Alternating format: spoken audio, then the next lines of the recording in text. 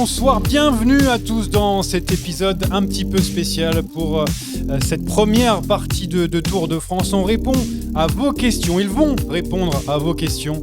Aujourd'hui, on a avec moi celui qui est tutoyé par Romain Bardet. Latib est avec moi. Bonjour Latib. Bonjour Johan, mais vu que tu as dit qu'on transitionnait, ce sera plutôt Tibel. Ah, Tibel, très bien. Bonjour Tibel. Et nous avons Rémi D qui est avec nous aujourd'hui, qui a plus regardé le Tour de Qinghai en Chine que le Tour de France, mais il est quand même là pour répondre à vos questions. Salut Rémi. Salut Johan, oui, de retour de Shining il y a quelques jours seulement, hier. Ah oui, t'étais sur place évidemment, Encore, parce que encore jetlagué. Oui, bah bien sûr, Ah, évidemment, attends. on met les moyens quand on a des émissions et du live sur les Outsiders TV. Donc, Ah oui. on était au cœur du Tour du lac Qinghai, bien sûr. Donc un peu jetlagué, mais ça va. Ok, très bien. Bon, si tout va bien, c'est que tu es prêt pour cet épisode spécial. On nous écoute de la route d'ailleurs, on nous envoie des messages. Faites attention, évidemment, on veut pas de problème avec vous. Il faut absolument que vous restiez en vie parce qu'on a besoin de vous pour cet épisode. Alors, on va parler de quoi? On va répondre à vos questions. On va parler du Tour de France, évidemment. Le Qinghai, ça sera plus tard. On a James d'ailleurs qui nous écrit dans le chat. On fera un attaque, on n'attaque pas. Et à la fin, restez parce que je sais que vous avez été nombreux. Alors, il y a eu des détracteurs, c'est vrai, pas dans cette salle, mais voilà, dans notre assemblée. Il y a eu des détracteurs. Mais aujourd'hui, j'ai des amoureux de la musique. C'est pour ça qu'on finira le quiz que je n'ai pas pu terminer lors de l'avant-Tour de France. On terminera là-dessus. Peut-être qu'on se fera des petits paris pour rigoler. Mais en attendant, on va partir donc pour le tempo pour répondre à vos questions. Putain, t'as fait une bonne sortie aujourd'hui, hein. Papa va rentrer puis il va aller faire du tempo maintenant, hein. Alors, on a déjà des questions sur le Tour de Qinghai. Vous inquiétez pas, on va y répondre à la fin.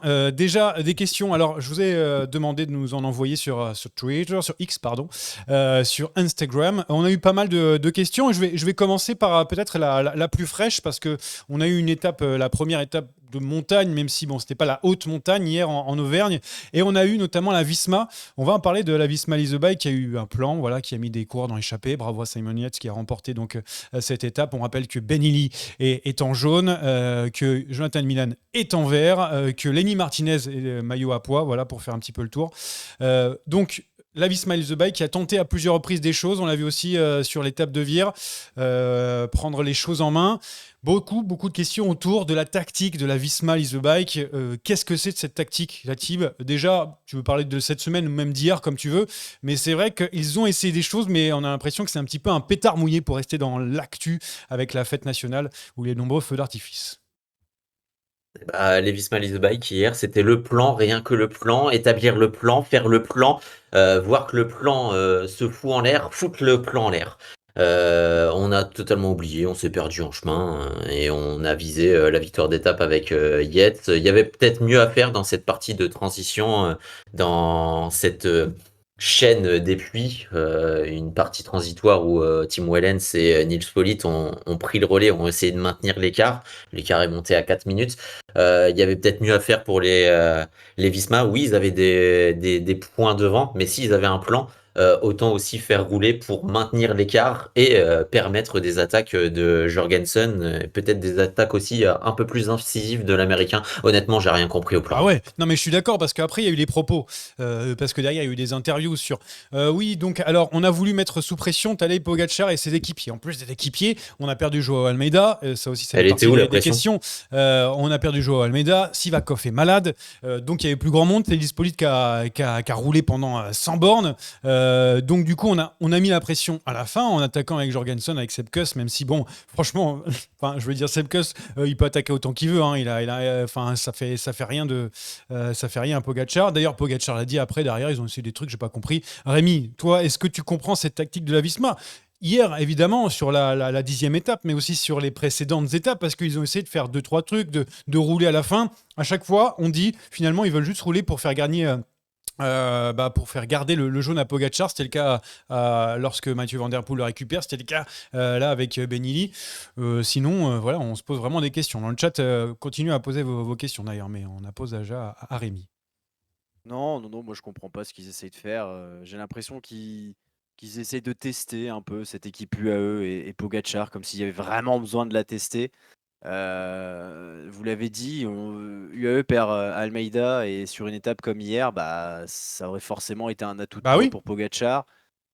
Tu t'en profites pas, t'essayes pas ou tu fais des petits trucs.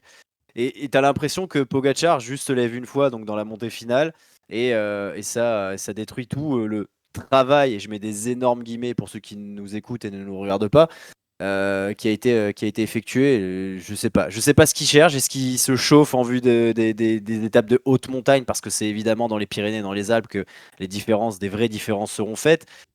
Maintenant, cette espèce de travail qu'ils font à la place de l'UAE que je ne comprends vraiment pas. Alors, il y a des réponses dans le chat. Il y a Nathan qui dit vous êtes dur avec la Visma. Le vent le matin était 3/4 d'eau sur les 40 derniers kilomètres. Finalement, est devenu de face vers un peu plus tard. On parle d'un vent de 12 km/h. Est-ce que c'est handicapant un vent de 12 km/h? Je suis désolé, mais non. Et puis, dans tous les cas, tu mets à la planche un Wout van Aert et t'essayes d'attaquer. Si c'est essayer de créer de la fatigue chez Pogacar, tu ne l'as pas créé. Si c'est pour créer de la nervosité chez Pogacar, la nervosité, tu ne l'as pas créée. Donc honnêtement, le plan ne rimait à rien. Et si les objectifs, c'était ça, les objectifs n'ont pas du tout été atteints. Et tu peux pas te plaire avec ce plan et te satisfaire de son exécution. Alors, on a aussi encore une fois des réponses. On dit on pourra juger Visma au bout du tour. Oui, c'est vrai, mais pour l'instant, on est à peu près à 10 jours. Donc, on est obligé de commencer à en parler. Sur cette journée, on aurait pu créer énormément de fatigue. Du côté de Tadej Pogacar, ça je l'entends. Si on roule et si on roule plein fer et qu'on crée des journées nerveuses, harassantes pour Tadej Pogacar, des journées épuisantes et énergivores en kilojoules pour Tadej Pogacar pour l'avoir sur la durée, je comprends. Mais hier, il n'y a pas eu de journée épuisante pour Tadej Pogacar. Donc au final, le plan, non, il n'y a pas. Non, mais je suis d'accord. Mais il y a aussi une question d'ailleurs qui revenait assez régulièrement, c'est savoir pourquoi Vingegaard ne tente pas d'attaquer Pogacar, notamment hier sur ce final. Bon, certes, l'attaque était foudroyante. De la part de Pogacar, on a vu derrière qu'ils étaient complètement arrêtés. Rémi, c'est la question que je vais te poser, parce qu'on nous posait la question. Déjà, est-ce que Vingegaard a les moyens, et doit-il le faire aussi? Parce que c'est ça ce qu'on veut dire dedans. Alors, a-t-il les moyens? Ça, on n'en sait rien, parce que pour l'instant, Vingegaard, il fait que suivre Pogacar, donc pour l'instant, c'est un petit peu dur à dire. Pourquoi est-ce qu'il attaque pas? Moi, j'ai le sentiment que hier, quand on voit le non-travail de ses coéquipiers, quand on voit ce qui se passe et qu'on est au pied de la dernière bosse, et que Pogacar, il n'a pas du tout sué, entre guillemets, récupérer quelques secondes, ça n'aurait eu aucun sens. Donc, je comprends qu'il n'ait pas attaqué sur le final. Et il s'est contenté de suivre Pogacar, qui a montré que de toute façon, il n'était pas lâchable. En tout cas, pas hier. Je pense qu'il a eu raison. Maintenant, dans les prochains jours, il va falloir quand même se découvrir. Si tu veux récupérer, si tu veux reprendre le débours que tu as au général, il va bien falloir quand même un moment attaquer et faire en sorte de récupérer cette minute 20 que tu as de retard. On va se projeter quand même, avec cette question. Jonas Vingegaard disait à l'arrivée que le but c'était aussi que Tadej Pogacar soit en jaune à la fin de cette étape pour qu'il use un peu plus de jus avec cette phase d'interview, etc. Est-ce que l'intérêt de Jonas Vingegaard dans le final, une fois que Tadej Pogacar, ils ont rejoint Lenny Martinez, c'est pas de laisser Lenny Martinez rouler, mais c'est de lui rouler au risque de se faire contrer dans les derniers mètres par Tadej Pogacar et de prendre 5 secondes de débours, mais que sur ce sprint, Tadej Pogacar, les 29 secondes qu'il y a à l'arrivée, là, soit réduit à peau de chagrin et que potentiellement il ait le jaune pour une poignée de secondes. Et surtout, est-ce que ça aurait pas dû être ça la tactique de Jonas Vingegaard dans le final? Surtout qu'en vrai, on a la journée de repos le lendemain, donc c'est pas non plus préjudiciable s'il se met s'il tape un petit peu dans le moteur, excusez-moi l'expression, à ce moment-là, Jonas Vingegaard. C'est ça aussi qui est un peu particulier, parce que j'ai l'impression qu'il a besoin de se rassurer. Il a clairement besoin de se rassurer. Et oui. C'est qu'au pire, dans ce type de situation, allez, il va perdre 5 secondes parce que Tadej Pogacar va le contrer à l'arrivée, mais en forçant Tadej Pogacar à sprinter et en roulant sur un rythme plus élevé que Lenny Martinez, Tadej Pogacar aurait eu le jaune, sans doute. Probablement. Donc, pourquoi ne pas avoir essayé? Question d'ailleurs, est-ce qu'on aurait pu reprendre les 29 secondes en vissant dans le final? Je pense que oui, parce que vraiment, ils étaient pas loin et Ils ils se fumaient sont leur arrêtés. Oui. pipe. Ils fumaient leur pipe. Et puis Lenny Martinez, il était en bout de course, on le sait très T'es bien. cramé, ouais. De toute façon, qu'on parle même pas de Lenny Martinez et qu'on compare aux autres, dès que les deux se mettent à rouler à bloc dans un col, ils vont 2 à 3 km/h plus vite que les adversaires. Et là, on parle d'un Lenny Martinez qui était cramé. Donc oui, les 29 secondes, elles y sont. Ouais. Et ça permet notamment à Pogacar voilà, de partir tranquille parce qu'il avait perdu tous les autres maillots aussi précédemment. Donc parfait pour lui. Et la récupération, même si vraiment il n'en a pas besoin. D'ailleurs, question parce qu'on a beaucoup parlé de la Visma, on va parler aussi du... Oui, Juste un dernier Vas-y. point. Quand la tactique pour casser les couilles à Pogacar, c'est qu'il ait le maillot pour qu'il parle à la presse, c'est quand même que tu as vraiment sur le vrai que j'ai pas sur le pensé. côté sportif, tu n'as aucune solution. c'est vrai. Bah, écoute, il n'y a pas de petit gain, j'ai l'impression, chez Visma. Ouais, et un c'est petit ça peu les la- Bernardino le credo. maintenant. Ouais, c'est les- D'aller répondre à la presse. Non, mais enfin, c'est surtout que si c'est ton but, pourquoi tu laisses filer tu sais que Oui, non mais en plus, oui. Ben Illy, il est à 3 minutes 55. Pourquoi tu laisses filer l'écart à plus de 5 minutes? Enfin, à partir de ce moment-là, si ton plan c'est qu'il garde le maillot, c'est faut que tu prennes le peloton en main dès que les Émiratis commencent à baisser d'intensité, parce que tu sais que eux, ça les dérangera pas de perdre le maillot, mais tu sais que toi, tu veux qu'il ait le maillot. Ben roule, enfin frère, de toute façon, tu sais que dans les dernières montées, Wout van Aert, il sera plus là, donc fais-le rouler sur les phases transitoires.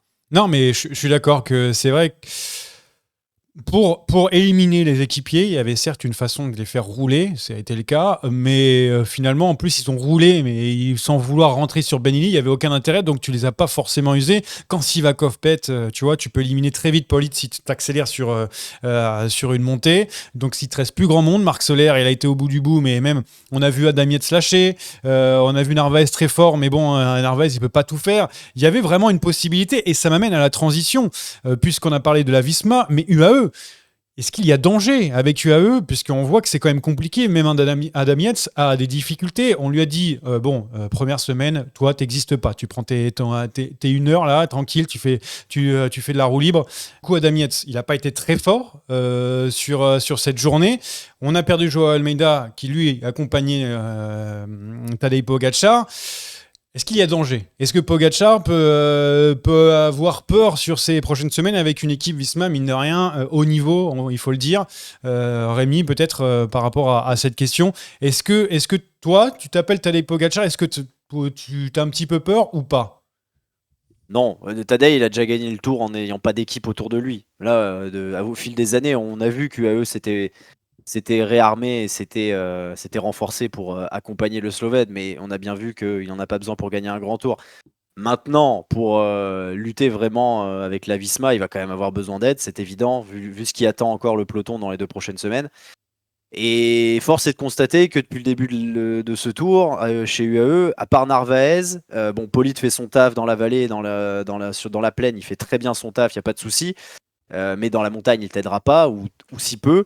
À part Narvaez, et il y a Almeida qui une ou deux fois a un petit peu aidé. Je sais plus sur quelle étape il vient ramener tout le monde. Il emmène tout le monde dans le final. Je crois que c'est la 2e étape. Je dis plus si je dis pas de conneries. Bon, il n'y avait pas grand monde pour aider Tadej depuis le début, j'ai l'impression. Avec Almeida en moins, forcément encore moins. Sivakov, il est cramé.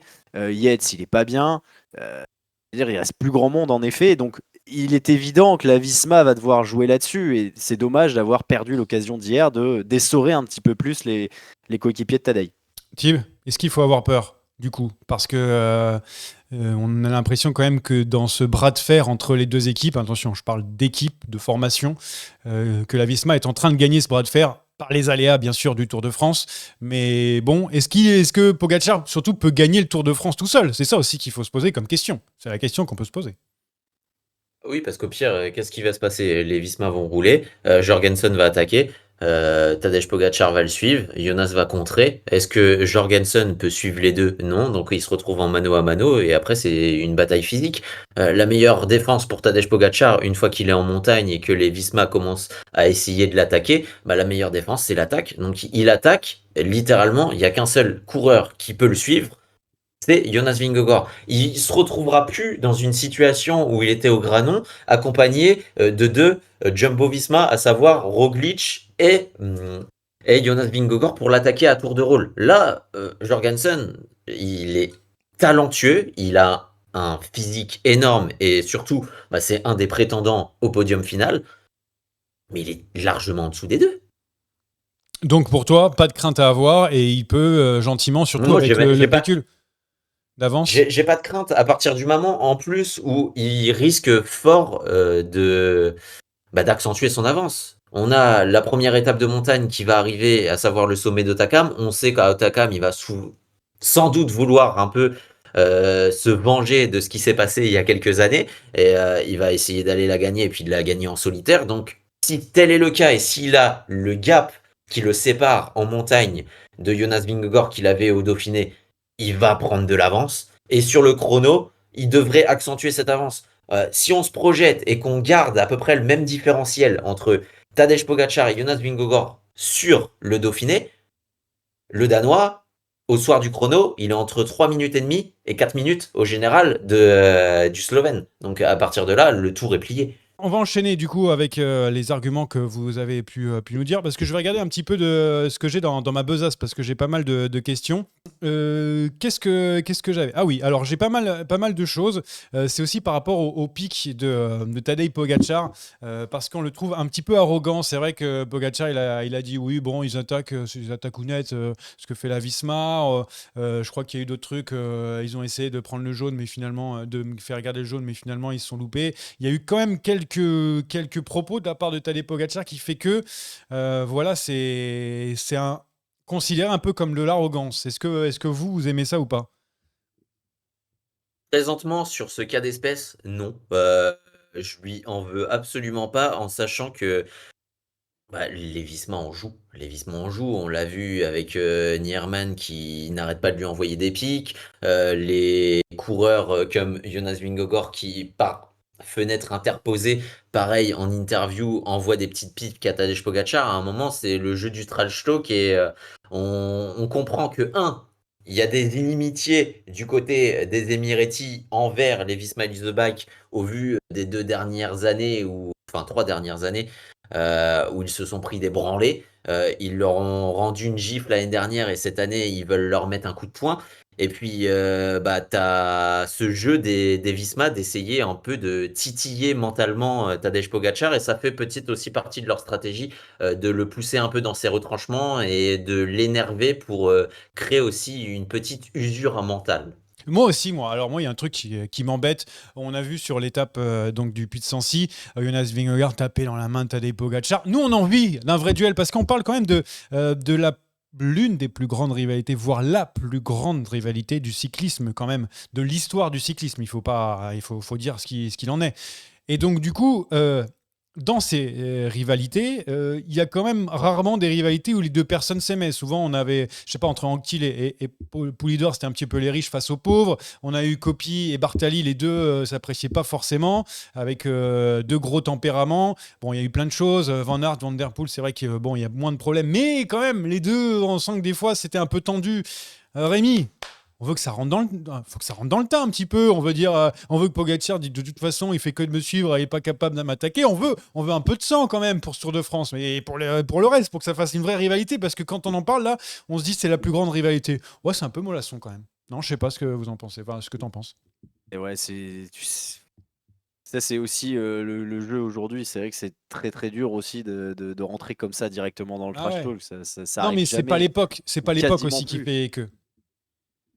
Si, je pense que l'époque joue. Enfin, au niveau de ta parole publique, tu es obligé d'être un tant soit peu mesuré. Parce que si tu dis ne serait-ce qu'un dixième de ce que tu m'as donné en exemple et que derrière ça se retourne contre toi, tu sais très bien que ça va ressortir et ressortir dans tous les sens. Après, s'il y a bien un mec qui peut dire ça, dans les faits, c'est Pogacar. On est d'accord.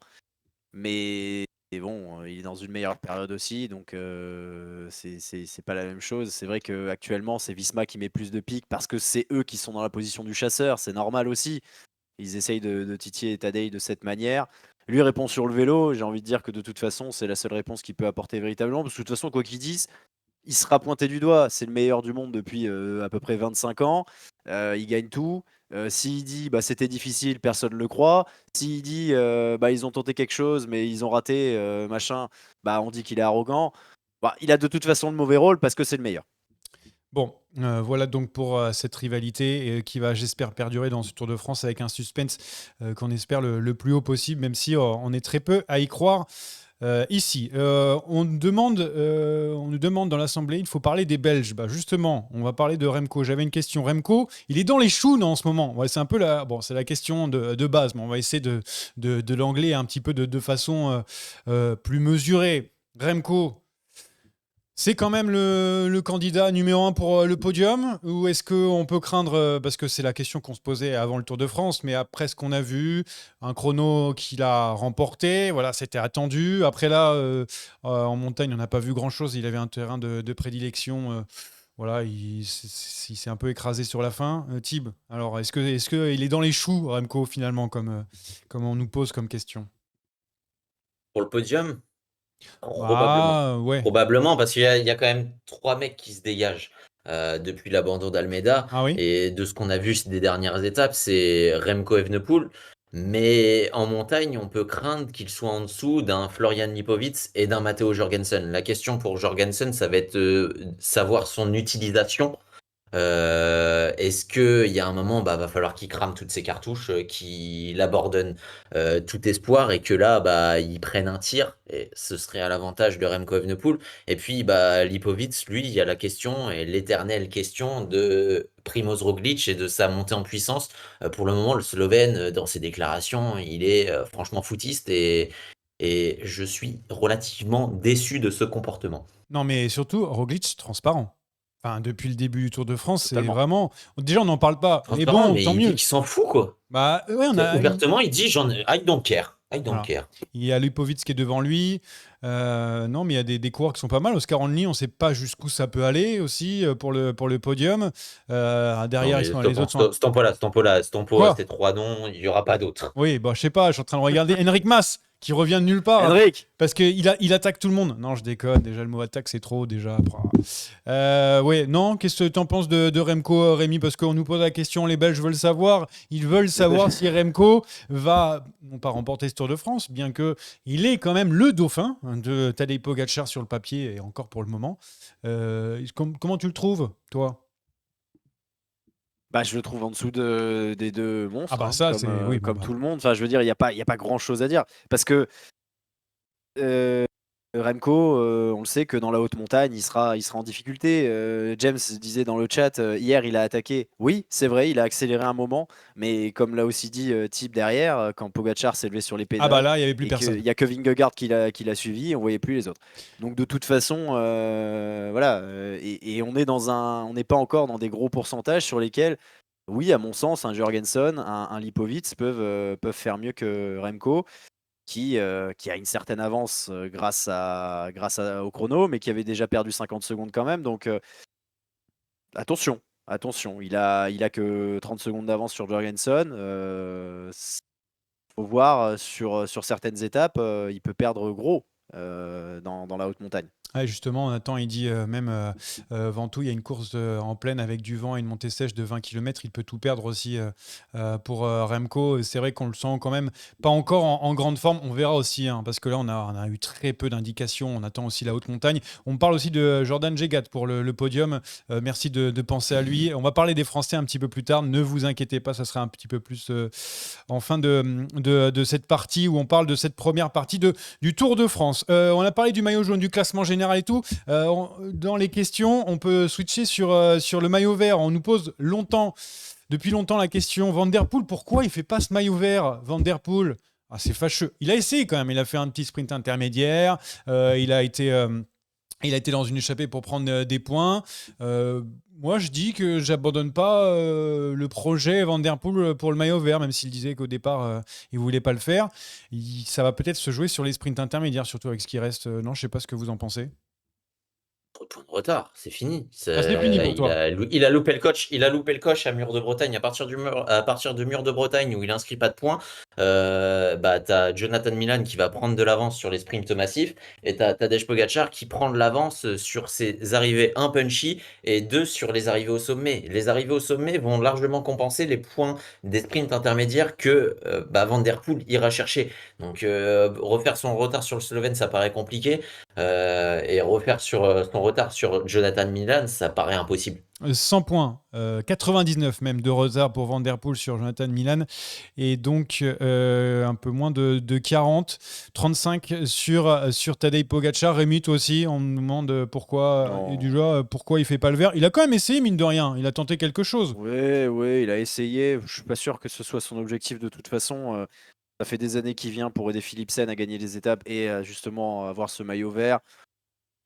On sait que Van Der Poel, le Tour de France, c'est pas sa grande passion, hein. Les courses à étapes, c'est pas son truc. Donc voilà, je pense que gagner des étapes, porter le maillot jaune un petit peu, éventuellement, ça peut compter pour lui et ça peut trouver grâce à ses yeux. Je pense que le classement du maillot vert, il en a rien à cirer, tout simplement. En tout cas, c'est l'impression qu'il me donne. Peut-être que je me trompe, mais au-delà du fait que, comme l'a dit Thib, il a raté le coche sur certaines étapes, je pense qu'il va pas courir après absolument. Donc, C'est surtout que c'est une façon de courir qui lui convient pas, quoi. Et Ouais, lui, c'est c'est vrai, un oui. coureur frisson, un coureur plaisir, et aller chasser des points un peu par défaut et peut-être se mettre de côté les victoires d'étape qu'il vise, c'est pas ce qu'il veut, quoi. Il veut prendre du plaisir et aller en foot de partout, quoi. En tout cas, ça fait plaisir quand même de voir un Mathieu Van Der Poel aussi actif dans un Tour de France. Certes, aussi, la chute de Philipsen a un petit peu changé la physionomie, la stratégie de son équipe, mais il a été actif, il a gagné son étape, il a été rechercher le maillot jaune au bout de lui-même. Donc franchement, ça manque quand même des coureurs comme ça. Et là, on a par exemple un Van Aert Bridé qui a déjà fait le Tour d'Italie, mais il nous en faut à chaque fois des coureurs très forts parce qu'il faut être très fort aussi pour pouvoir sortir, pour pouvoir faire ce genre de numéro. Donc voilà, je voulais juste. C'est surtout faire ce genre de numéro, et il l'a pas fait pour lui-même. Pour lui-même, en fait, il l'a Ouais, il a fait fait pour pour un Jonas kiff Ricard, ouais. personnel. Ouais. Mais il l'a fait en kiff personnel et en kiff pour un coéquipier. Donc Ça, c'est c'est là où fou, tu ça. reconnais le champion qu'il Ouais. est. Donc voilà pour Mathieu Van Der Poel qui, pour vous, a trop de retard pour le maillot vert. On verra ce qui se passe ensuite. C'est vrai qu'il faut gagner. Il faut Non, qu'il gagne au mais Mans. honnêtement, le maillot Ouais, vert, c'est fini. ouais. Le Il maillot faut qu'il vert, faut prenne se celle dire, c'est un match à deux. des Champs-Élysées. Il faudrait qu'il prenne encore une ou deux étapes, plus tous les sprints intermédiaires. En gros, c'est à peu près ça ce que doit faire Mathieu Van Der Poel pour rester dans la course. Pas sûr qu'il ait envie de faire tout ça. Le maillot vert. Enfin, ça concerne plutôt les sprinteurs. Il y avait une question, c'est revenu à plusieurs reprises, notamment sur les propos de Gouvenou, donc qui est l'un des directeurs, des assistants, directeurs du Tour de France. C'est lui qui crée notamment la course, voilà, et qui la trace sur les sprinters, sur les étapes de sprinters. Parce qu'il disait, ouais, au bout d'un moment, si les sprinters ils jouent pas le jeu, si on fait des étapes où il se passe rien, si les équipes jouent pas le jeu aussi parce qu'il n'y a pas d'échappée, on va arrêter ces étapes de sprinters, il n'y en aura plus. Ça a beaucoup fait réagir et il y a beaucoup de questions par rapport à ça. Qu'est-ce que vous pensez de ces propos? Rémi, qu'est-ce que tu penses de ce qu'a dit notre ami Thierry Gouvenou? Parce que ça fait extrêmement polémique. Et c'est vrai qu'aussi, de l'autre côté, les étapes plates, eh bien maintenant, il ne se passe plus rien du tout, sauf avec Mathieu Van Der Poel. Rémi, la réponse. je suis un peu d'accord avec ce qu'il dit sur le fait que oui, il se passe pas grand-chose, mais en fait, il s'est jamais beaucoup passé grand-chose sur les étapes, de plaine, sur les étapes de sprinter. Sur le Ah mais Tour là, de France. Enfin, avant, il y ça a avait jamais toujours été.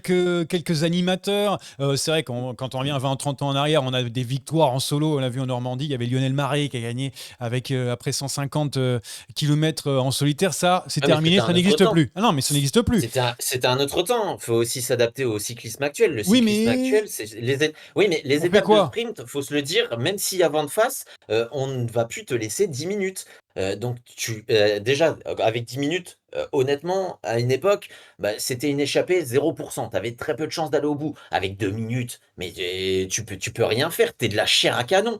Donc ça sert à rien, faut trouver aussi la carotte pour les intéresser pour aller dans ces journées-là. Parce que si Eole souffre du mauvais côté comme ça a été le cas, t'as t'as personne et c'est logique, t'as peut-être pas envie. Alors oui, il y a peut-être le discours de certains qui est dans une gestion. J'entends aussi certaines plus petites équipes, type Basti Tsema de la Unibet Titema Rocket, qui nous disait que lui, il enverrait ses coureurs à l'avant parce C'est que vrai. ce qui compte aussi, c'est pas forcément de se mettre en avant et d'aller chercher des prix, mais c'est de gagner le cœur du public. Ça, je suis d'accord. Mais il y a des équipes avec un plus gros budget qui ont un intérêt financier à aller devant, qui ne l'ont pas là parce que ils vont se cramer pour l'avenir, quoi. Bon, Rémi, par rapport à ça, parce que aussi, on va essayer de trouver ensemble les solutions, enfin les Il peut pas propositions dire de ça. solutions. Il peut quand même pas dire ça parce que tu vas pas faire un tour où il y a que des arrivées vallonnées, des arrivées en haute montagne, etc. Ça, tu peux pas. T'es, Non, t'es mais le- ça, je l'entends. t'es le Le t'es le discours Tour de de Gouvnou France. aussi, c'est de sa Ouais, bah oui, responsabilité de donner de l'attrait pour ces c'est étapes. vrai. Donc, si tu veux donner de l'attrait pour ces étapes et que tu veux qu'il y ait des échappées, donne-leur une petite carotte. Crée un classement de la Fouga, un classement des sprints intermédiaires. Là, tu vas avoir du monde. Peut-être. Il y avait aussi les propositions de mettre des points UCI. J'ai vu avec un sprint intermédiaire UCI ou alors de donner des points pour le Ouais. nombre de kilomètres d'échappée. Mais encore une fois, on dit ça, mais je crois qu'on ne peut pas tout faire. Évidemment, le Tour de France ne peut pas décider de mettre des points UCI n'importe où. En Non, tout cas pour le moment faut que aussi. l'UCI aussi légifère pour que ce soit autorisé. Mais si c'est autorisé, pourquoi pas le faire? Dans tous les cas, faut trouver une manière de dynamiser ces étapes parce que faut s'adapter aussi au cyclisme actuel. Et le cyclisme actuel, je suis désolé, mais une échappée de sprinter ne prendra plus 10 minutes d'avance. Donc, est-ce que tu as envie de servir de chair à canon? Je le répète, non. Bon, Rémi, t'en penses quoi de tout ça? Je suis d'accord. Puis surtout, en fait, c'est un peu le truc de oui, mais tout le monde s'en fiche parce que c'est pas intéressant, machin. Aujourd'hui, il faut de l'action. Toutes les 10 kilomètres, il faut une montée ou un radar, un mur qui fasse la différence entre les favoris, tout ça, machin. Bon, je veux dire, il y a un moment, il y a aussi le côté overdose. Et ce côté schizophrénique qu'on a de vouloir absolument tout le temps du spectacle, du spectacle, du spectacle. Et en même temps, après, on se dit, bah ouais, mais c'est chiant parce que, en fait, c'est tout le temps les mêmes qui gagnent. Donc il faut aussi une certaine diversité. Oui, une étape de plat, bah, ça peut être chiant, etc. Ça n'empêche qu'à la fin, tu auras quand même un sprint massif. Ça reste hyper intéressant, ça reste hyper spectaculaire. Et oui, ok, c'est, allez, on va dire 10 minutes de tension pour quelques secondes incroyables, après 4 heures de défilé, on va dire, entre guillemets, parce que bon, aujourd'hui, ça roule tout le temps à 45 km/h de moyenne, hein, ils sont pas en balade. Donc, c'est bien aussi d'avoir des respirations. Je veux dire, on n'est pas obligé tout le temps d'avoir une étape où il y a 18 cols, 15 Ouais, trucs et que ça ça aide, finisse en ça aide les en coureurs et truc. la course, oui, pour Puis la tu suite. peux pas, puis tu peux pas te passer des sprinters. Enfin, je suis désolé. C'est quand même. T'as des équipes, elles sont pas. C'est terminé. Il y a plus d'équipes qui sont 100% derrière un sprinter qui arrivait comme la Saeco. Ils étaient 8 pour Cipollini et ça bâchait dans les Alpes. Mais t'as quand même des grands noms du vélo actuel qui sont des sprinters, qui jouent ce maillot vert, qui jouent ces victoires d'étape. Te priver de tous ces mecs-là, bah, c'est se priver de certaines équipes. Enfin, les équipes viendraient, mais c'est se priver d'une certaine exposition particulière et du coup de tout de ce qui va avec, économiquement parlant. Tu ne peux pas te passer des sprinters et dire oui, bah c'est bon, dégagez. Voilà. Ils iront sur le Giro et la Vuelta où ils sont pas beaucoup mieux traités, on est d'accord, mais ils iront quand même sur ces courses-là et il y aura économiquement un moment où il y aura un petit peu moins de regard tourné vers le tour. Je dis un petit peu moins parce que ça reste le général qui compte le plus, mais tu peux pas te passer de ces mecs-là. Il y a des propositions, on propose aussi les oreillettes, d'enlever les oreillettes lors de ces courses-là.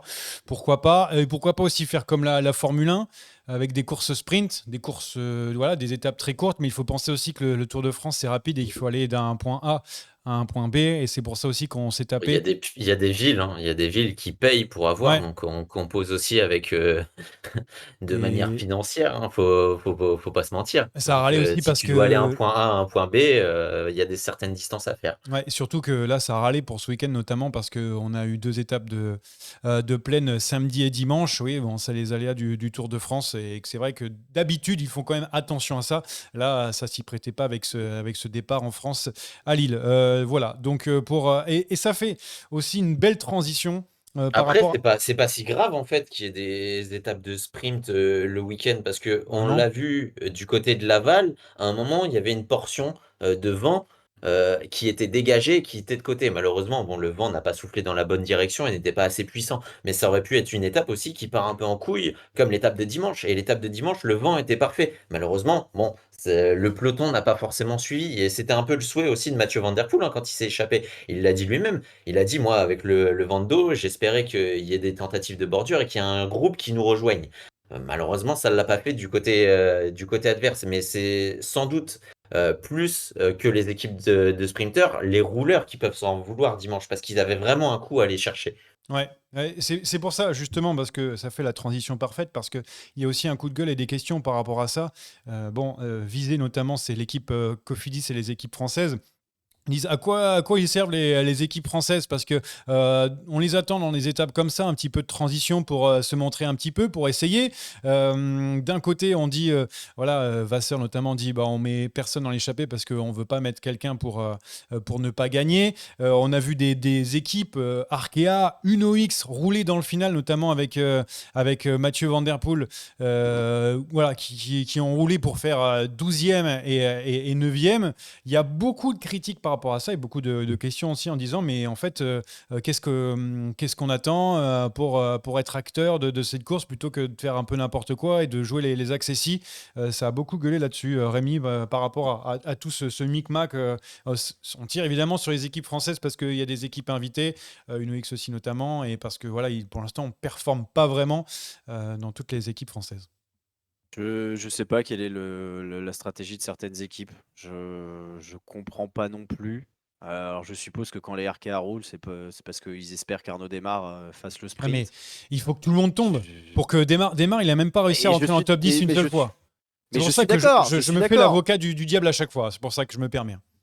Je suis d'accord. Et moi aussi, je trouve ça un petit peu triste et incompréhensible. Alors après, c'est aussi l'occasion de montrer le maillot parce que vu que tu fais plus d'échappées publicitaires, bah, tu vas faire un rythme de peloton publicitaire, je suppose. Ah oui, c'est vrai. Ça permet de montrer les couleurs, surtout en cette période pour Arkea. Et je comprends pas. Évidemment que tu prends Arnaud Démare parce que c'est ton deuxième plus gros actif derrière Kevin Vauquelin. Mais bon, si c'est pour terminer top 15 au mieux, fond de top 15 au mieux de chaque étape de sprint, ça n'a pas d'intérêt. Et rouler n'a encore moins d'intérêt. Protège-le dans le final justement pour essayer de lui offrir un mini-train, quelque chose qui puisse lui permettre de jouer un petit peu mieux face au ténor du sprint. Enfin, Cocard tout seul fait 7 sur l'étape de Laval, je crois, ou de Châteauroux. C'est un peu Et, gênant quand même. et surtout, il y a un truc, moi, qui m'a déplu dedans, c'est que, ok, tu roules, déjà, c'est pas à toi de rouler parce que tu sais que tu vas pas gagner, c'est à Lidl Trek, c'est à la Soudal de rouler par rapport à ça. En plus, tu sais que tu vas pas gagner, donc tu vas faire un accessi. Mathieu Van Der Poel devant. Donc du coup, ça t'enlève une place. Que tu fasses 8e ou 9e finalement pour ces équipes-là, ça ne change pas grand-chose. C'est pour ça que je me suis posé la question. Laissez les grosses équipes de sprinters rouler et en plus, vous avez plus de chances parce que il y a des équipiers qui ont roulé, donc vous avez plus de chances de vous placer. C'est pour ça qu'il y a pas mal d'incompréhension. Et ça enlève du coup du charme des baroudeurs qui n'existent plus dans les équipes parce que maintenant, on roule à fond pour protéger. Alors à un moment, j'ai dit, Démarre, il n'arrive plus à faire un seul sprint. C'est quoi le problème et tout. On m'a dit Démarre, il a protégé Vauquelin du vent. Ouais, mais les gars, là, franchement, on peut plus rien faire. Enfin, je suis désolé, mais bon, Vauquelin, il va pas gagner le Tour Non, de non, mais France. Enfin, bref. non, mais le comportement sur cette étape des équipes, il est totalement illogique, il est irrationnel. Tu sais que tu as deux sprinteurs qui naviguent au-dessus de la meute, à savoir Tim Merlier et Jonathan Milan. Voilà, Il n'y a c'est les que deux seuls qui l'équipe de peuvent gagner. Jonathan Milan qui contrôle. Euh, Si tu veux vraiment faire quelque chose, tu les laisses t'épuiser, tu les laisses, mais jusqu'au bout, ils doivent se vider entièrement. Et une fois qu'ils peuvent plus contrôler, putain, mais tu fais attaquer tes rouleurs, t'y vas, tu profites du vent de dos et tu les rejoins devant. Fais quelque chose. Tu mises pas forcément sur ton sprinter, mise sur tes putains de gaziers. Et puis, enfin, après, on va revenir à la déclaration de Cédric Vasseur parce que là, ça me scandalise. Oui, on n'a pas mis de vent parce qu'il y avait Benny et qu'on n'avait aucune chance de gagner. Alors, t'as aucune chance de gagner face au pure sprinter. Donc, tu élimines ces étapes. T'as aucune chance de gagner des contre-la-montre parce qu'il y a Remco Evenepoel et le chrono Escalada, c'est pour Tadej Pogacar ou Jonas Vingegaard. Donc, t'as littéralement aucune chance. T'as littéralement aucune chance en montagne parce que tes éléments sont dominés et que la majorité des journées vont finir par une journée de leader, donc en montagne, t'es foutu. Il te reste juste les journées de baroudeur et tu veux pas y aller parce que t'as des meilleurs baroudeurs au monde. Tu fais quoi? C'est dans le groupe, on en rigolait, mais le commentaire est exact. T'attends la journée de repos pour te montrer? Non mais on tape, attention, on tape sur Cofidis mais aussi sur d'autres équipes. On a vu Total Energy essayer lors d'une journée un peu fade, Oui, non, mais mais moi, c'est ce discours que je ne peux pas entendre. un deal. C'est le discours, on va pas devant parce qu'il y a meilleur que nous. Mais t'y vas quand, putain? Non mais Ton équipe, oui, elle est dominée dans 90% des situations, mais si tu vas pas devant, tu te donnes aucune chance de gagner. Mais du coup, il y a la Cofidis. On peut, par exemple, Benjamin Thomas essayer. C'est vrai qu'il se ressent de sa chute. On a vu des coureurs en difficulté. Dylan Tun, c'est vraiment très dur sur ce Tour de France. Mais je sais pas, moi, je regarde un peu les équipes. Une OX, par exemple, très bien. Ils ont Tobias Johannessen qui est très bon sur ce Tour de France. Mais un Magnus Cort, par exemple, bah voilà, pourquoi pas aller dans une échappée. La Lotto, c'est pareil. Ils sont tous perdus. On les a pas vus dans une échappée. On aimerait bien voir ces équipes-là. Tudor aussi, voilà, de voir des coureurs capable voilà, d'aller dans ce genre d'échappée. Et c'est ça le problème, c'est que finalement, c'est vrai que si tu pars avec Mathieu Van Der Poel notamment, sur le papier, ça va être compliqué aussi. Mais bon, c'est moins compliqué qu'avec tout le peloton. C'est pour ça que je ne comprends pas pourquoi on n'essaye pas. Au pire, il y a un coureur qui va prendre cher toute la journée. De toute façon, c'est toujours comme ça dans les Tours de France. Et même si c'est très dur, attention, je ne juge pas le physique parce que c'est très dur quand même dans les échappées. Il y a peut-être des coureurs qui ne peuvent pas. Mais essayons, quitte à péter après 50 bornes d'échappée. C'est Enfin, ça c'est qui m'embête. surtout qu'en plus, on va pas se mentir, tu vas avec Mathieu Van Der Poel, on l'a vu, il est peut-être en dessous, il est peut-être au-dessus de la meute, mais t'es peut-être en dessous de Ben Illy, mais on le voit et on le répète, en échappée, t'es avec Van Der Poel, limite, t'as presque un boulevard devant toi dans l'anticipation, parce que tu sais que ça va être tous contre Mathieu Van Der Poel, donc tu vas pouvoir anticiper, gagner des secondes d'avance, et que derrière, ça va essayer un peu de s'enterrer ou au moins d'enterrer Mathieu Van Der Poel. Et Mathieu Van Der Poel, au bout d'un moment, lui, il fait pas l'effort, hein, il s'en fout, lui. S'il doit perdre, il perd et il t'emmène avec toi. Donc, enfin, je sais pas, il y a des trucs à tenter des fois face au gros nom, parce que certes, c'est peut-être foutu, mais quand tu es aussi fort, et on l'a vu avec Ben Illy hier, il avait l'occasion du maillot, mais deux, quand il a voulu attaquer, tout le monde savait qu'il allait attaquer. Donc tout le monde était contre lui. Mais du coup, c'était le mec le plus observé. Faut profiter de ces marquages des mecs les plus observés. C'est là où toi, tu es sous les radars et que tu peux en profiter. Et surtout à 5-6, tu as plus de chances qu'à 1 ou 2, même s'ils ont failli réussir. Et après, on dit oui, mais s'ils sont 5-6, on laisse pas autant de temps que quand ils sont 2. En fait, il y a plein de choses. C'est que oui, d'un côté, oui, ils sont 2, ils ont plus de temps, mais à 5-6, moins de temps. Mais en fait, on sait jamais ce qui peut se passer sur le Tour de France. C'est pour ça que ça me Bah, c'est paraissait surtout que, enfin, non, mais compliqué, quoi. dimanche, honnêtement, ils sont deux, mais à partir du moment où tu leur laisses 5 minutes, tu sais très bien que les Lidl Trek, ils vont devoir cravacher. Laisse-les cravacher à mort, mais il faut qu'ils se vident entièrement, que Jonathan Milan n'est plus un coéquipier. Et à partir de ce moment-là, dès qu'ils ont commencé à ramener un écart suffisant ou qu'ils sont totalement cramés, ben putain, tu attaques, tu fais Ouais. quelque chose, tu sors, tu t'organises, tu vas voir d'autres équipes et euh, je sais pas, genre les IF, il y a Asgreen, il a qu'à faire une putain de mafia de rouleurs, il va voir les meilleurs rouleurs de chaque équipe et il dit: «Vas-y, on sort ensemble». À partir du moment où ils sont cramés, on sort ensemble. Et bah là, je peux te dire que le peloton, ils auront du mal à les maîtriser. Et Et puis devant, ils auront des facilités à les rejoindre. Et surtout qu'après, les équipes qui sont représentées devant ne roulent pas, etc. Et on me dit Cofidis va jouer les étapes en montagne avec Emmanuel Buchmann, pour ceux qui ont entendu la prononciation notamment de James. Alors, le problème, c'est qu'en montagne, déjà, il y a plus de la moitié, c'est pour Pogacar. Bon, déjà, faut se dire ça. Et que maintenant, vous regardez sur les derniers Tours de France, les mecs qui claquent des étapes en montagne s'appellent Carapace, ils s'appellent Simon Yates. C'est des mecs qui sont capables de gagner un classement général. Donc c'est devenu de plus en plus rare quand même. Ah, moi, Une c'est surprise. simple. Demain, Cofidis, on ne sait pas trop ce qui va se passer. Quelle équipe va vouloir maîtriser? Est-ce que les Alpecin vont vouloir miser l'échappée, Mathieu Van Der Poel, et potentiellement se faire enterrer par le marquage, ou se dire non, on a quand même plus de chance en maîtrisant le peloton et en allant à la victoire avec le risque d'emmener Tadej Pogacar? Est-ce que les Intermarchés vont vouloir aussi avoir cette stratégie de faire rouler le peloton pour Binyam Girmay?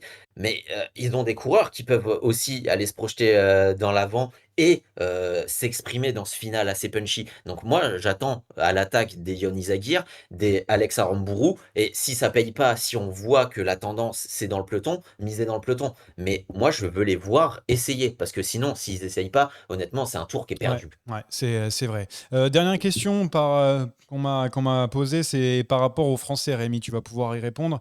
Est-ce qu'on a une chance de gagner? Alors, on m'a dit en montagne, mais je vais élargir. Est-ce qu'on a de gagner? Évidemment, pas le Tour de France, hein, ne venez pas nous taper dessus. Ah, j'allais dire non. Oui, bah là, c'est sûr que ça, c'est sûr que c'est grave non. Mais juste une étape. Voilà. Non. Non? Même Lenny Non, Martinez, hein, Lenny Martinez si, sur. Non, non, Bah, ça me c'était paraît le juste seul. pour. Il y a très peu de chances, évidemment. Il y a très peu de jours où vraiment le profil s'y prête complètement. Mais si, bien sûr qu'il y a des chances. Je pense que des étapes qui sont pas à 100% montagne pourront être les véritables chances parce que je pense que sinon ça va être les gros noms de la grimpette Mais qui vont demain, gagner les grosses étapes. Oui, Et demain, oui, pourquoi par exemple pas. à Toulouse ou à Carcassonne, tu vois, je pense que c'est des étapes oui. où normalement tu auras une échappée qui ira au bout. C'est là où il faudra être plus malin. Donc oui, on l'espère, mais j'ai vu ce début de tour, je suis de moins en moins serein. Ah, il me manque, moi, mes Ouais, Casar et mes Baudin, Pedrigo. on a vu sa condition hier. Franchement, honnêtement, en échappée, quand c'est bien vallonné et sur une étape de montagne, imaginons sur une étape de montagne qui se dispute euh, la victoire en échappée, c'est un candidat. Bon, Kevin Vauquelin commence quand même à Ouais, être ouais. assez cramé, Il donc a fait une j'ai belle peur que ça première le fasse semaine. pas. Mais genre demain, le terrain, mais il est tellement parfait pour Axel Laurence. Moi, demain, je l'annonce, je me fous à poil pour Axel. Ah, bon. Je suis vent debout derrière Axel Eh Laurence. ben, t'enverras des photos. Ça nous fera plaisir. On nous dit les Français parce qu'il y avait une question d'un ami belge qui nous a dit c'est quoi les Français qui pédalent pas carré. On me donne dans le chat Baudin, Vauquelin, Gégat. C'est vrai qu'ils se sont plutôt montrés. Vauquelin a fait une très belle première semaine. Grégoire aussi essaie de s'accrocher. Ça a été un peu plus dur sur les étapes qui le convenaient, Ouais, mais bon. là, en fait, Vauquelin et Grégoire, j'ai peur. Honnêtement, j'ai peur qu'ils commencent à ressentir la fatigue. Ah oui. Est-ce qu'ils n'ont pas été un peu trop en forme déjà pour la première semaine qui leur correspond totalement et avec ce Tour de Suisse? Ouais. C'est le point d'interrogation. J'ai peur que la deuxième et la troisième semaine pêchent un peu pour eux. On a Jordan Gégat, donc, qui est l'un des Français les mieux placés au général. 14e. 14e quand même, avec 6,32, qui était... Alors, c'est peut-être assez rare, mais lorsqu'il y a une accélération de la part de Jorgensen, il y a eu plusieurs coureurs qui ont été lâchés, et c'est plus que les cadors. Et il était là, au bout, Jordan Gégat. Donc, bon, on n'en espère pas énormément, mais il faut le souligner, son travail. Guillaume Martin, 16e. Guillaume Martin, voilà, Tour de France qu'on attendait, ni plus ni moins. Pour nos amis les Français. Et puis après, ouais.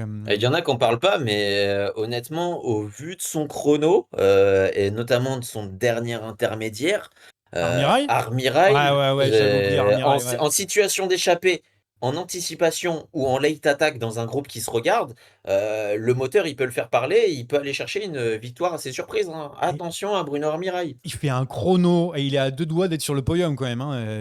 Faut se rendre compte le niveau qu'il avait, en tout cas à Caen. Voilà. D'ailleurs, pour terminer, on a parlé des Français potentiellement vainqueurs d'étape ou qui peuvent se sublimer sur la fin de ce Tour de France. La petite carte blanche un petit peu sur un truc qui vous a plu, un truc, une déception peut-être, je sais pas, si vous avez ça à l'esprit, quelque chose que vous avez remarqué, vous avez dit, franchement, c'est pas possible ça, qu'est-ce qui nous fait moi, je peux peut-être, je peux commencer, comme ça peut vous aider. Moi, je trouve qu'Ineos fait pour l'instant un Tour de France assez sale, hein. Heureusement que Carlos Rodriguez était plutôt pas mal, mais franchement, Ineos, je suis pas fan à 100%. Rensman s'est un peu repris là pour aller chercher une deuxième place. Je pense que son objectif, ça va être d'aller chercher une victoire d'étape et je lui souhaite. Mais Ineos, bon, voilà, c'est quand même quelques mois, quelques années compliquées pour cette équipe qui a tant brillé sur le Tour de France. Allez-y, je vous donne la parole si quelqu'un a quelque chose. Bien ou pas bien d'ailleurs. Le bien, c'est Ben Illy qui est Ah bah récompensé oui, de bah oui, Ben Ili, mais ses ouais, efforts. Ben Un, il Ili. va chercher une victoire d'étape et deux, il va chercher un Quel maillot jaune. coureur lui. Oh là là C'est là là, c'est Ouais, plaisir. et en plus, c'est marrant parce que du coup, dans Bistro Vélo, on a découvert que c'est peut-être pas le poulet sans tête qu'on pensait. Et quand, par exemple, hier, j'étudiais l'étape et je me disais, ce serait l'endroit idéal pour que Ben Illy tente. C'est exactement l'endroit auquel il avait réfléchi pour placer son attaque. Bon, malheureusement, tout le monde l'attendait, mais c'est un coureur, mine de rien, qui réfléchit son truc et qui ose y aller, à l'instar d'un Quinn Simons, hein. Les deux, franchement, Ouais. sur ce début de tour, m'ont fait énormément plaisir parce qu'on les voit tout le temps. Ah non, mais c'est fou, Benini, le moteur qu'il a, il a roulé pendant 50 bornes sans rien demander. C'est des coureurs comme ça, il y en a pas beaucoup, hein, mais celui-là, il faut le garder. Ils étaient tout contents d'ailleurs d'avoir le maillot jaune. Rémi, bon, Enric Mas, pas vraiment, mais est-ce que tu as autre chose à noter quand même? Bah, moi, je suis très content du début de tour d'Oscar Onley. Tu en as parlé Ah, rapidement ouais, tout à bien l'heure. sûr. Moi, j'aime beaucoup ce qu'il fait. Il est toujours bien placé, ou en tout cas pas très loin. Il fait 3 à Mur de Bretagne. Et voilà, il est 7e. Moi, je pense qu'il y a des chances qu'il puisse encore gratter une ou deux places quand on voit qui est devant, hein. Il y a Vauquelin, faut voir comment ça va se passer. Si Evenepoel craque, pourquoi pas. Et puis Benili, évidemment. Donc, il y a peut-être un petit top 5 à jouer pour Ouais. lui. Ouais, j'aime bien. J'aime bien ce début de tour. Ouais, et puis en plus, on va savoir aussi ce qui vaut vraiment dans les enchaînements dans la haute montagne. Juste, j'ai regardé un peu le classement juste pour vous le rappeler. Vlasov est Un sur peu Tour déçu de de... Félix Gall, pour le coup. Ouais, Vlasov est sur Tour de France. Alors, j'ai pas vu une Ah seule bon? fois. Marc Hirschi, j'avais oublié qu'il était sur le Tour de France. Et Marc Hirschi, il y a combien d'étapes qui pouvaient lui convenir? Mais qu'est-ce qu'il fait? Enfin, franchement, c'est une énigme ce type. Et on parlait des équipes françaises. La Tudor qui roule pour Ah. Matteo Trentin sur les Ah ouais, sprints. ah ouais, Merci, enfin, ça s'il vous aussi. plaît. Oh, ça aussi, c'est magnifique pour Trentin. Ouais, peut-être Dainese aussi, mais bon, bref, peu importe, c'est la même chose. C'est des mecs, c'est des mecs fond de top 10, c'est tout, malheureusement. Et je sais qu'on aimerait bien que ça fonctionne pour eux, mais voilà. Donc, je regardais un petit peu le classement pour voir si on avait oublié personne, mais c'est vrai que Marc Hirschi, par exemple, grosse énigme.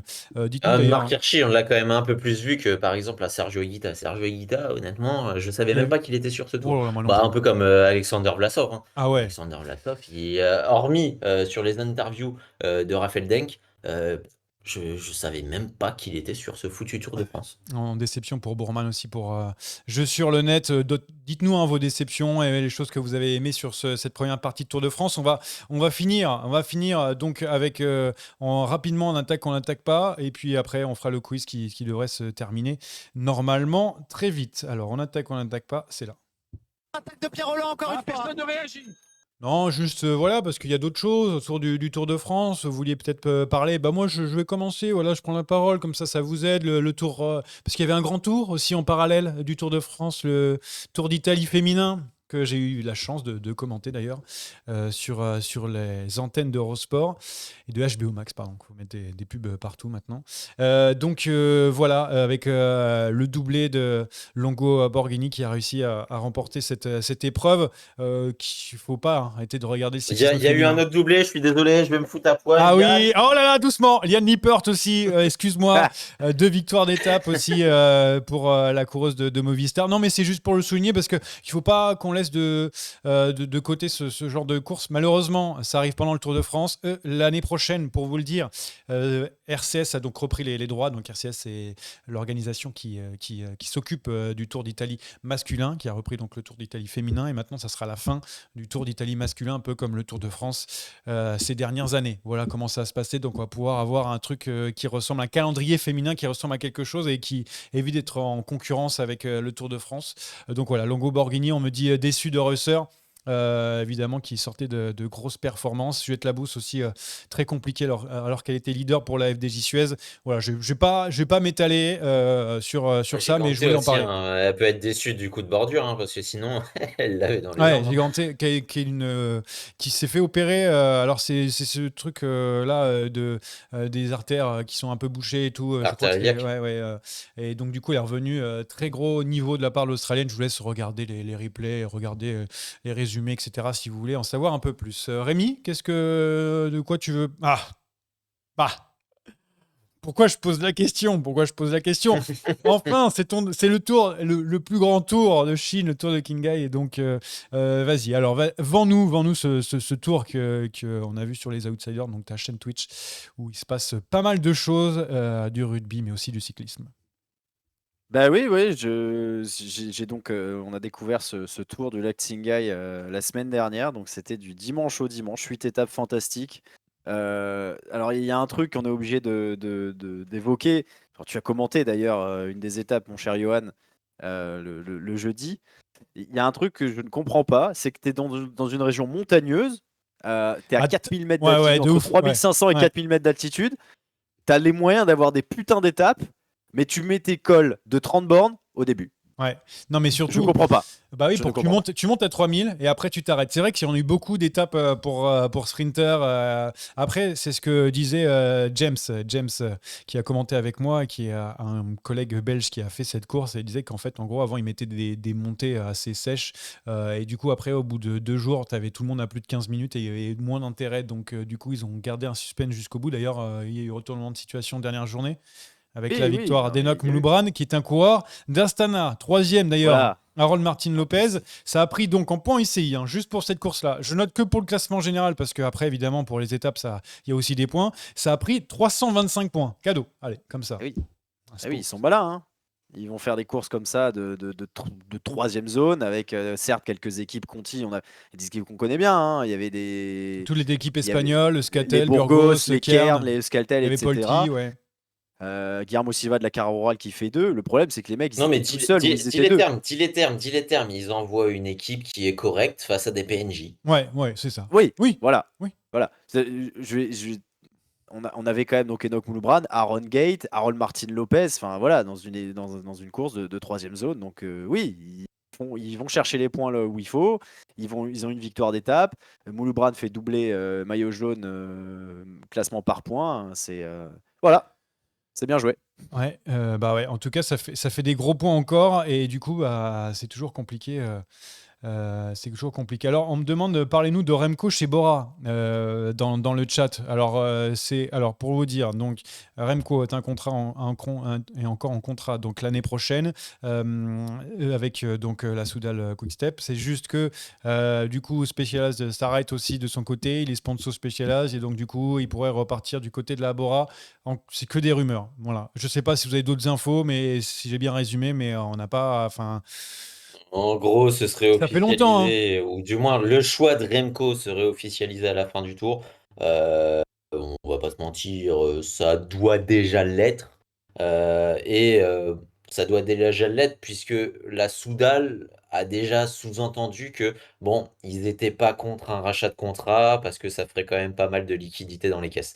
Donc on est Ouais. déjà en train de lâcher du lest du côté de Remco Evenepoel et on sait très bien qu'il va finir son année chez Soudal Quick-Step et que l'année prochaine, il sera plus là. Maintenant, est-ce que ce sera chez Red Bull Bora?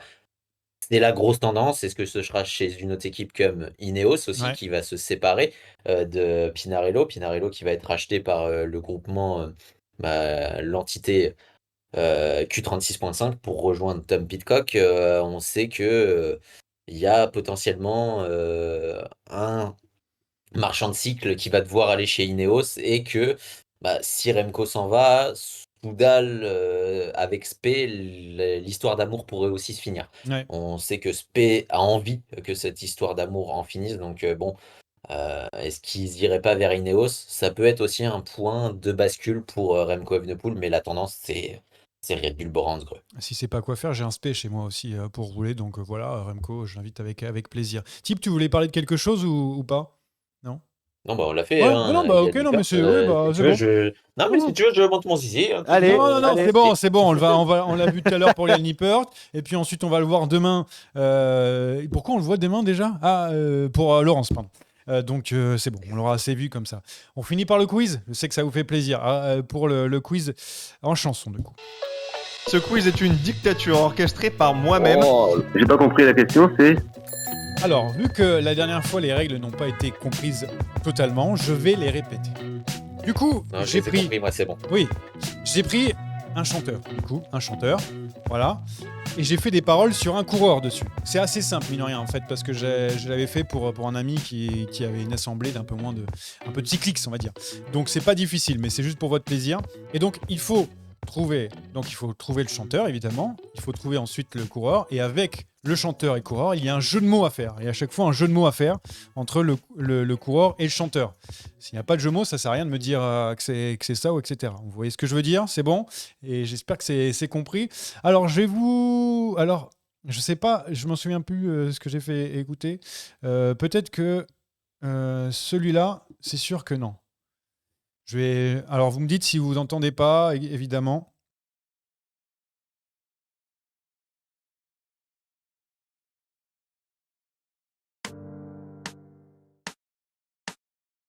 J'étais contre Froome et contre Tador, mais j'ai quand même eu des grands tours.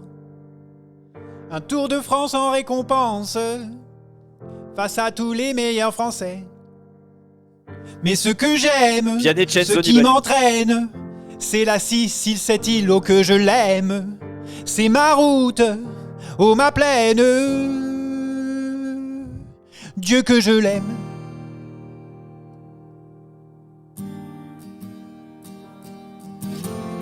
Et tourne, tourne dans ma tête les virages de Milan-San Remo. Oh quelle est bête, je suis une bête. La classissima que j'ai gagnée. Après j'en ai aussi un autre, un monument que j'ai gagné. Au diable toi la Lombardia,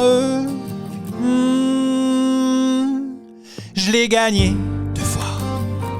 Bon, je vous laisse, il y a la suite évidemment. Alors t'avais donc le bon coureur et le chanteur, et donc du coup ça fait quoi? Vianney Cenzo Nibali. Non, C'est pas ça le... non, c'est dommage. Oh, j'avais fait plus simple. Ah. Bon, c'était Viannibali. Mais c'était le délire. Vous avez compris, du coup, Viannibali, c'était le premier à trouver. Je vous fais celui-là, où on l'a écouté un tout petit peu la dernière fois, mais bon, je vous le dois, évidemment.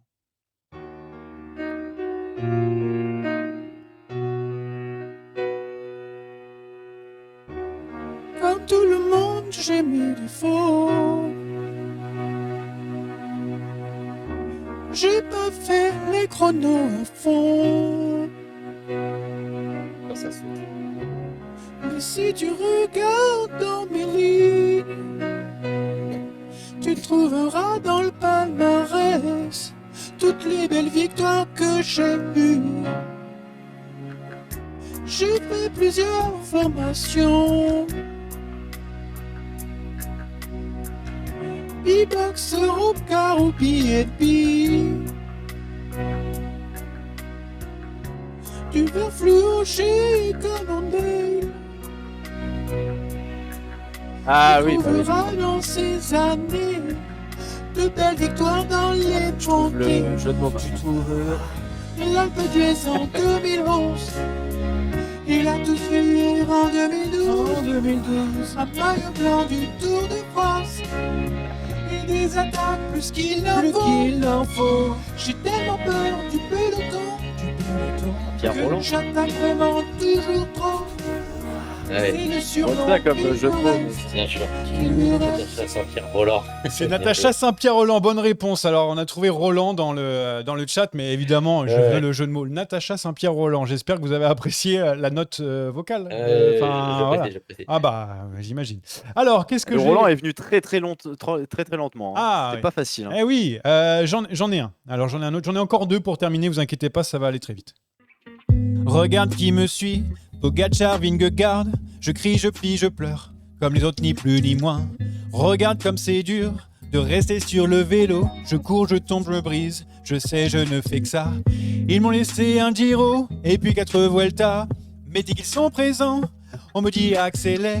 J'arrive pas à suivre, en plus je me fais vieux. Dis-moi, qu'est-ce qu'il faut que je fasse? Le grand leader de chez Bora. Les courses d'une semaine, je sais pas, j'en ai plein.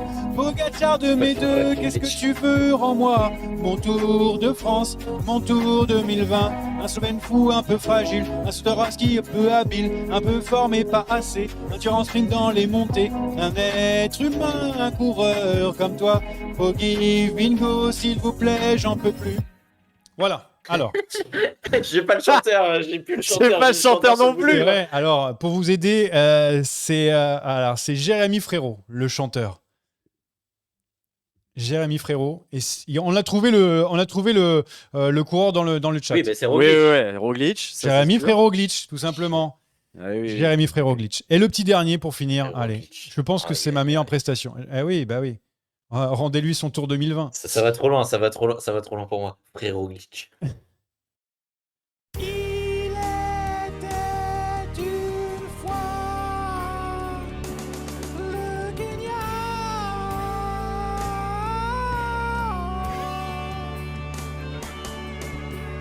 N'oublie jamais ça,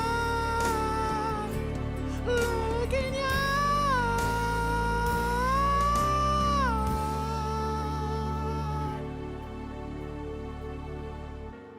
Depuis déjà 2020, je suis comme loin de moi.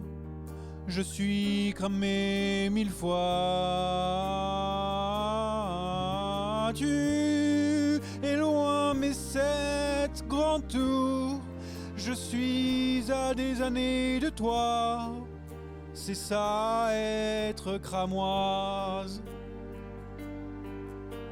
La différence, c'est ce silence que les gens ont fait de moi. J'ai roulé sur toute la concurrence, gagné 4 Tours de France. Je me rappelle sur les photos et moi loin de toi je roulais en patinette. La sky était fantastique. Je suis un Britannique. Ça, j'ai le chanteur. Ouais. J'ai pas le jeu de mots. Alors, on a presque trouvé dans le chat, pour vous dire. On avait le chanteur et le coureur, du coup. Bah oui, mais attends, c'est. Qu'est-ce qu'on pourrait faire? Attends, Alors, est-ce que vous avez le chanteur déjà? Le chanteur, vous l'avez? Ou pas? Paul Polnareff. Michel Polnareff, tout à fait. Est-ce que vous avez le coureur? C'est Froome. Christopher Froome. Voilà, donc c'est assez simple. Michel Polnareff Froome, tout simplement. Voilà, c'était. Oui, c'est ce que j'ai dit. Oui, Mais bah peut-être.